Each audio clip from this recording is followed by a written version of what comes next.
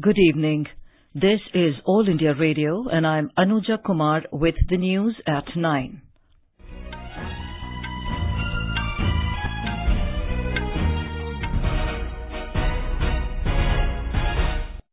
The headlines. Political crisis in Karnataka continues. Congress and JDS ministers resign to accommodate rebels. India strongly protests UN report alleging human rights violations in Jammu and Kashmir, says it legitimizes terrorism. Parliament passes the Aadhaar and Other Laws Amendment Bill 2019. Sensex records the year's biggest single-day fall, loses about 800 points. And in Wimbledon, Serena Williams, Elina Svitolina, Simona Halep and Alison Riske enter the women's singles quarter-finals. Rafael Nadal makes it in the men's category. In Karnataka, both Congress and JDS ministers in the council have handed over their resignations to the legislative party leaders in a bid to save the shaky coalition government and to accommodate the rebels. Senior leaders K.C. Venugopal, Siddaramaiah, Dinesh Gundu Rao, Mallikarjun Kharge from Congress and H.D. Kumaraswamy from JDS took this decision after a meeting in Bengaluru today. Siddaramaiah said that cabinet reshuffle will be held soon to accommodate the rebels. With the resignation of 10 Congress MLAs, 3 JDS MLAs and 1 independent, the strength of the government has come down to 104 in the House of 225. More from our correspondent. The number game is on in Karnataka with scenario changing every hour. With the support of 2 independents, the BJP now has a strength of 107 members in the Legislative Assembly. Addressing media persons after the party's legislative party meeting, BJP leader Arvind Limbavali has informed that coalition government is in minority and must quit. Refuting Congress allegations of horse trading, he said 13 MLAs who submitted their resignation letters last Saturday were unhappy with the coalition government. BJP has decided to wait for 2-3 days before meeting the governor. Sudhindra, AIR News, Bengaluru. New Delhi today registered a strong protest over a new UN report update alleging violations of rights in Jammu and Kashmir. Expressing deep concern over the update by the Office of the UN High Commissioner for Human Rights, OHCHR, it said the update seems to accord a legitimacy to terrorism. Ministry of External Affairs spokesperson Ravish Kumar said the update is in complete variance with UN Security Council positions, which had strongly condemned the dastardly Pulwama terror attack in February this year and subsequently proscribed the self-styled leader of terror outfit Jaish-e-Mohammed, Masood Azhar.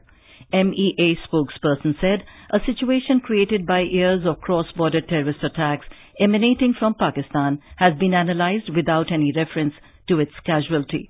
He said the update seems to be a contrived effort to create an artificial parity between the world's largest and the most vibrant democracy and a country that openly practices state-sponsored terrorism. Kumar pointed out that the report's failure to recognize an independent judiciary, human rights institutions and other mechanisms in the Indian state of Jammu and Kashmir that safeguard, protect and promote constitutionally guaranteed fundamental rights to all citizens of India is unpardonable. The Lok Sabha has taken up discussion on the Union Budget 2019-2020. Initiating the discussion, Shashi Tharoor of Congress termed the budget as rhetoric and full of empty promises. He accused the government of not fulfilling its promise of generating 2 crore jobs annually. He said under the crop insurance scheme, the insurance companies are charging more from the farmers as a premium, and the timely compensation was not paid to the affected farmers. Participating in the debate, Jayant Sinha of BJP said the NDA government has put the economy on the track and claimed the government will achieve the target of making India a $5 trillion economy. T.R. Balu of DMK said that increase in the price of fuel will lead to a cascading effect and burden the common man. Kalyan Banerjee of TMC questioned why the fuel prices are being hiked despite the rate of crude oil has decreased in the global market. Biju Janata Dal MP Bharatuhari Mahtab stressed on the need to implement a new public investment program. Sukhbir Singh Badal of Shiromani Akali Dal appreciated the government for implementing Ayushman Bharat scheme to provide 5 lakh rupees health cover annually to the poor family. The Parliament has passed the Aadhaar and Other Laws Amendment Bill 2019, with the Rajya Sabha approving it today. The Lok Sabha had already passed the bill. The bill seeks to amend Aadhaar Targeted Delivery of Financial and Other Subsidies, Benefits and Services Act 2016 and to further amend the Indian Telegraph Act 1885 and the Prevention of Money Laundering Act 2002. The bill also proposes giving a child an option to exit from the biometric ID program on attaining 18 years of age. Replying to a debate on the bill, Law Minister Ravi Shankar Prasad said, "We have made amendment in the Telegraph Act, whereby we have permitted that, but with a caveat. It shall not be mandatory. It shall be voluntary. Namely, the customer can come with Aadhaar or any other document like passport or other recommended by the regulations. In case of bank also, so we have said, it shall not be mandatory but voluntary. And Aadhaar shall be one of the means of identity apart from passport or others by regulations." The minister said the government will soon bring a data protection bill in Parliament. He said a comprehensive law will be framed in this regard. The whole world is walking towards India's data protection. India is a country of inclusion. India is a country of reform and empowerment. Therefore, the data protection law which emerged from India would become a beacon for the whole world. Mr. Prasad said that amendments to Aadhaar and other laws were necessitated after the Supreme Court's ruling on privacy. Earlier initiating the discussion, Congress leader Abhishek Manu Singhvi opposed the bill, saying Aadhaar is meant only for service and subsidy and not for any other purpose. Binoy Vishwam of CPI also opposed the bill. Other members, including Sanjay Singh of AAP, Sukhendu Shekhar Roy of TMC and Ravi Prakash Verma of SP, also participated in the debate. The Parliament has adopted a statutory resolution for levying 200% duty on all goods originating in or exported from Pakistan. The Lok Sabha and Rajya Sabha approved the amendment in First Schedule of Custom Tariff Act in this regard. India had notified the basic custom duty to 200% on all goods exported from Pakistan with effect from 16th of February this year. The Consumer Protection Bill 2019 was introduced in the Lok Sabha today. The bill aims at protecting interests of consumers by establishing authorities for timely and effective administration and settlement of consumers' dispute. The bill was introduced by Consumer Affairs Minister Ram Vilas Paswan. This is All India Radio giving you the news. For quick news updates, follow us on Twitter at AIR News Alerts. External Affairs Minister Dr. S. Jaishankar held talks with Foreign Minister of United Arab Emirates Sheikh Abdullah bin Zayed Al Nahyan in Delhi this evening. The visiting dignitary will also call on Prime Minister Narendra Modi tomorrow. The UAE Foreign Minister arrived in New Delhi last night on a 3-day visit.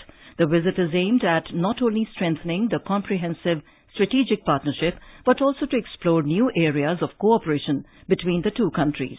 In recent years, India's age-old relationship with UAE has been nurtured to take it to a higher trajectory on the foundation of frequent high-level exchanges. RBI Governor Shaktikant Das has said the central bank will discuss issuance of overseas sovereign bonds with the government. He was briefing the media after the customary post-budget meeting of Finance Minister Nirmala Sitharaman with the RBI Central Board this afternoon. Mr. Das said the system has sufficient liquidity and the Union Budget for 2019-20 has made provision for shadow banking sector. He told that RBI is monitoring NBFCs and their operations at regular intervals.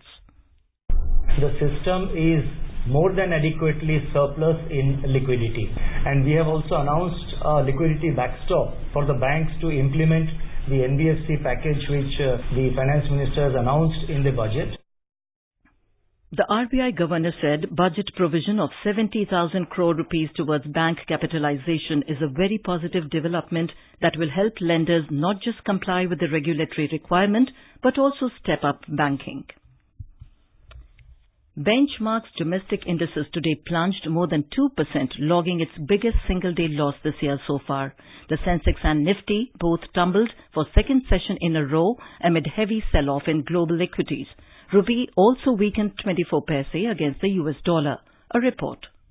Sensex at the Bombay Stock Exchange declined 793 points or 2.01% to trade close below 39,000 mark at 38,721. Nifty at the National Stock Exchange also fell 253 points or 2.14 to trade under 11,600 level to settle at 11,559. At the foreign exchange market, the rupee also weakened 24 paise to 68 rupees 66 paise against the US dollar. And Brent crude prices were trading around $64.70 per barrel. With Sanjeev Kumar, this is Lalema Aneja Dang, AIR News. We spoke to economic journalist Joyanto Roy Chaudhary, who explains the fall in the market.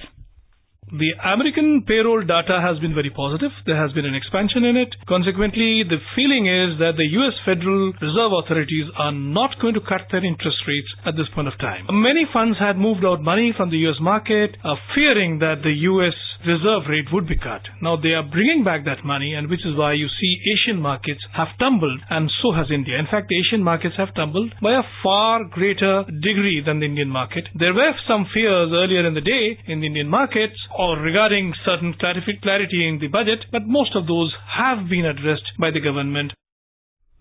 In international news, Iran says the last chance for saving its 2015 nuclear deal with world powers will pass after a 60-day deadline.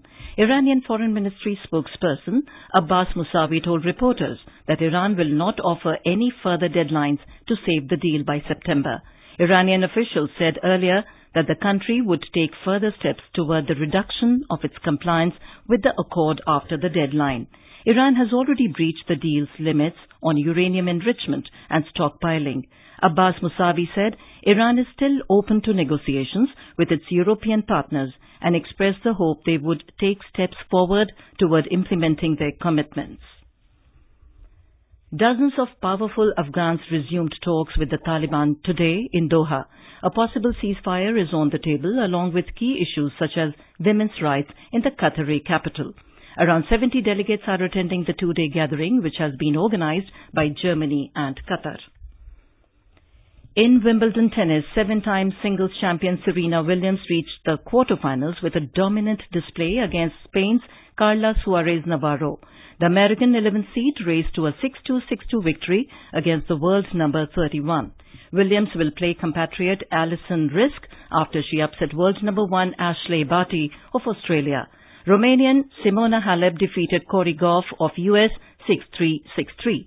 Ukraine's Elina Svitolina also moved into the last 8 with a 6-4, 6-2 win against Petra Martic of Croatia. Svitolina will now face the winner of Karolina Mukova and Karolina Pliskova in tomorrow's quarterfinals. In men's singles, Spaniard Rafael Nadal defeated Jose Sousa of Portugal 6-2, 6-2, 6-2 to enter the quarterfinals. Roger Federer, Novak Djokovic and Kei Nishikori are also playing for a place in quarterfinals today. The News Services Division of All India Radio in its weekly bilingual live phone-in program Public Speak will bring you a discussion tonight on Jan Aakanshaon Ka Budget, Aam Budget 2019-20. This can be heard on FM Gold channel and additional frequencies from 9:30 p.m. Listeners can ask questions to the experts sitting in our studio on toll-free telephone number 1800-115767. You can also ask questions on telephone number 011-2331-4444 and post queries on our Twitter handle at AIR News Alerts by hashtag AskAIR. This program is also available on Doordarshan DTH. Noted Bengali writer Mani Shankar Mukherjee, popularly known as Shankar, has been sworn in as the Sheriff of Kolkata. The outgoing Sheriff, Dr. Sanjoy Chatterjee, administered the oath of office to him. And now, before we end the bulletin, the headlines once again. Political crisis in Karnataka continues. Congress and JDS Ministers resign to accommodate rebels. India strongly protests UN report alleging human rights violations in Jammu and Kashmir, says it legitimizes terrorism. Parliament passes the Aadhaar and Other Laws Amendment Bill 2019. Sensex records the year's biggest single-day fall, loses about 800 points, and in Wimbledon, Serena Williams, Elina Svitolina, Simona Halep and Alison Riske enter the women's singles quarterfinals. And that is all in the news at 9. Good night.